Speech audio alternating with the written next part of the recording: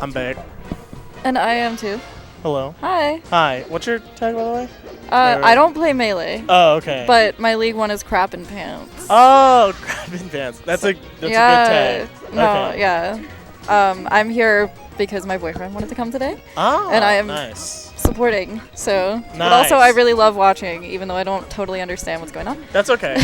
I don't really understand what's going on either, but I sometimes get to talk over sense. So that's fun. But I know a lot more about Bbatts than I do about Porky. What's it, Porker? Porker. Sorry. Porkers? I don't... Porker. Yeah, I think so. Formerly Pork Eye, I think. People change their tags nowadays, like, a lot more. I don't know why, but... Some of it was actually crispy. I love seeing players warm up, but this matchup is... I always love to describe it as Sheik is basically on baby mode. Yeah. Sheik just gets to do whatever she wants, and it's very easy, but Peach just kind of has to battle her way through. But that's like every Peach matchup, I feel like. I think it was Genesis. Peach went up against a Puff, and it was like, they timed out like every time. Yeah, that was... I forget exactly what it was. There are actually two sets like that, two big sets. Yeah. H-Box versus Polis, and then H-Box versus Lod. But the Polish one was disgusting. It was I watched it live, and it was a slobber knocker. Hopefully it's very unlikely to see a Sheik. We are not going to see that, especially from Bbatts. He's too aggro for his own good.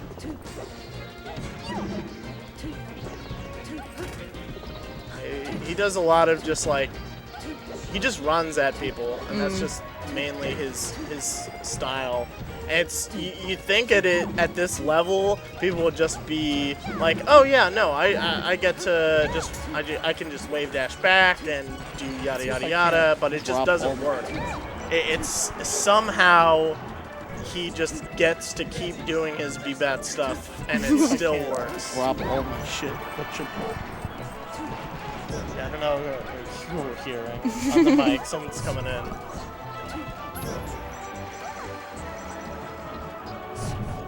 So how long has this place been here? Oh, I don't know. I'm not from this area. Oh, where are you from? I'm from Baltimore, actually. Oh, okay. Yeah, I had to drive up. No, we did too. Oh, nice. Wait, where are you guys from? Reading. So it's about an hour north. Oh, okay. Yep. Okay. Yeah, so it was like a 2-hour drive for me, but I wasn't doing anything today, and, you know, I got to watch some cool Melee in person. I got to play some friendlies. Also, I haven't played P+ in like 17 years, so this is a great place to do that as well. I thought P+. There was another one. Yeah, I know what that is. Game, okay. Essentially. I was just like, because he was talking to me about it earlier, and I'm like, I've heard of PM, but I haven't heard of P+. And he was like, it's the yeah. But. Yeah, it's the same thing.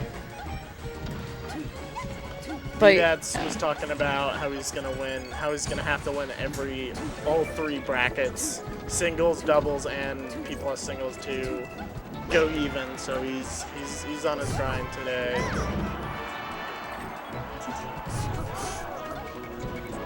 I'm not sure what the best Peach within region is. I feel like Philly doesn't have a lot of Peaches. I hear Peach is the LGBT. The LGBT person to play. You're not wrong. I know. You're not wrong. It kind of used to be like this meme where it was kind of like all the gay players like played Peach, and then it was kind of like, oh, that's not cool. You can't say that. And then all the LGBT Smasher just kind of accepted it. It's like, yes, we play Peach. Like, it's like, yes, she is our queen. Like that kind of stuff. It's very fun. But I like that. Yes, Bbatts trying to take the W for Pride Month. I used to host locals back in Reading. The last one I hosted was in December, but I never saw a Peach player at any of my locals. Yeah. Not one.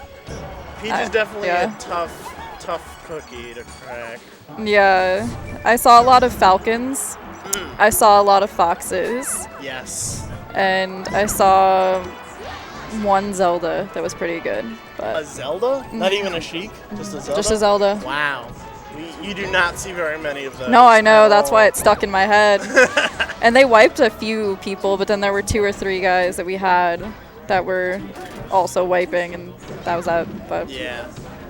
Oh, it's cool that you've like hosted it. I've never done that, so. yeah, me and my friends decided to do it. They're much more well versed, but since I have esports experience, they were like, Ah. "Can you come and through and help us with a few of these?" And I was like, "Sure." So I got to learn like the inner workings, but I'm still not super familiar with the game. Okay.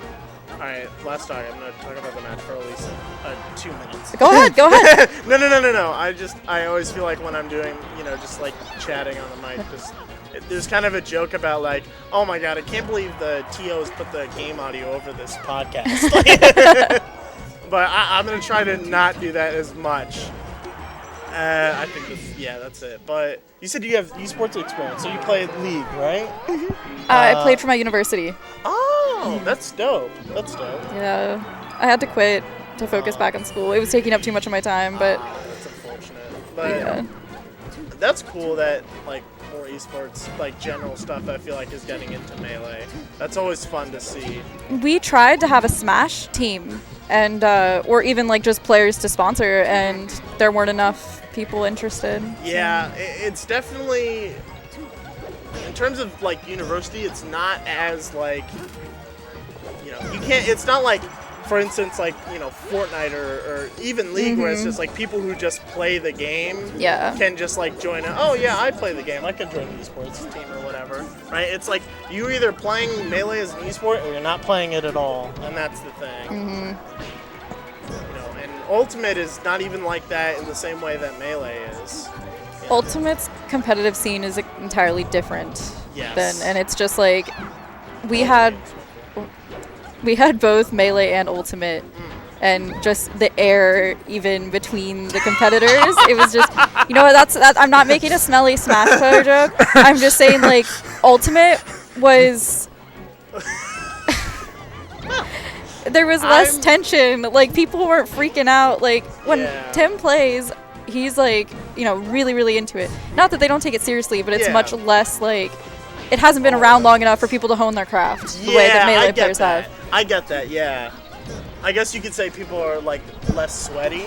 Yes. More, both literally and figuratively. No, I was one of the sweatiest League players ever, so it's like, it's not a knock, it's just truth. Yeah. No, I get that, because especially at a local, people like, God knows how many like weekly events either of these two, players have gone to the point where it's just like, whatever, I'm just here to, play some Melee, get some competitive integrity out, and do whatever. Bbatts, I love when players, like, you could tell they just, like, have the set on lock already.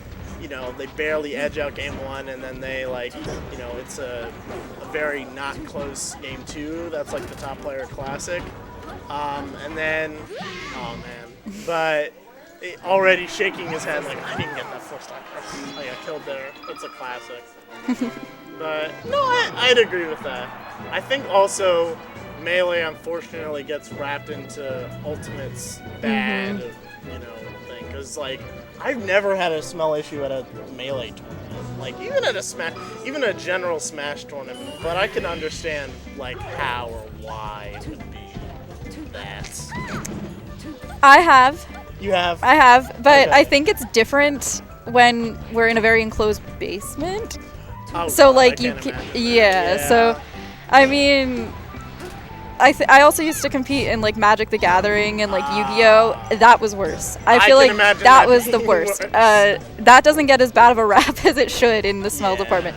And then the Smash community had their whole upheaval in 2020, so that was. Coming off that, I'd have a lot of friends who were really upset with the reputation, and I was like, I totally understand, because some bad eggs shouldn't, cast that upon all Smash players. Exactly. And it's just really unfortunate as a whole, like, that it gets like that when, most communities, not most communities, but, like, I feel like a lot of ways people just like will ignore it, and you know, I feel like as soon as people like found out, it was instant, just like you're gone, which is obviously a good thing to see, but it just gets a bad rap if there's those people in the community. Yeah. I feel like overall gaming is becoming more inclusive and like welcoming to people, and especially kids, when Smash is such a kid-friendly.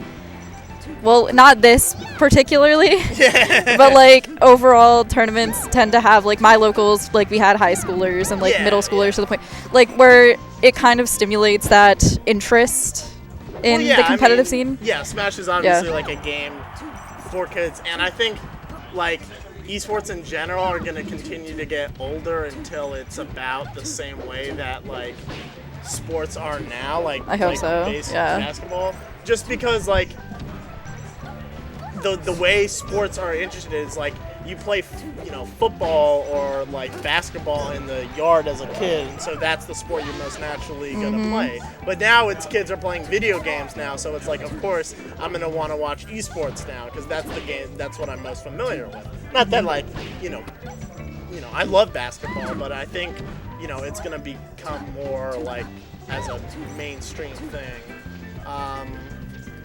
I forget what the topic was, but No, it's okay. It's okay.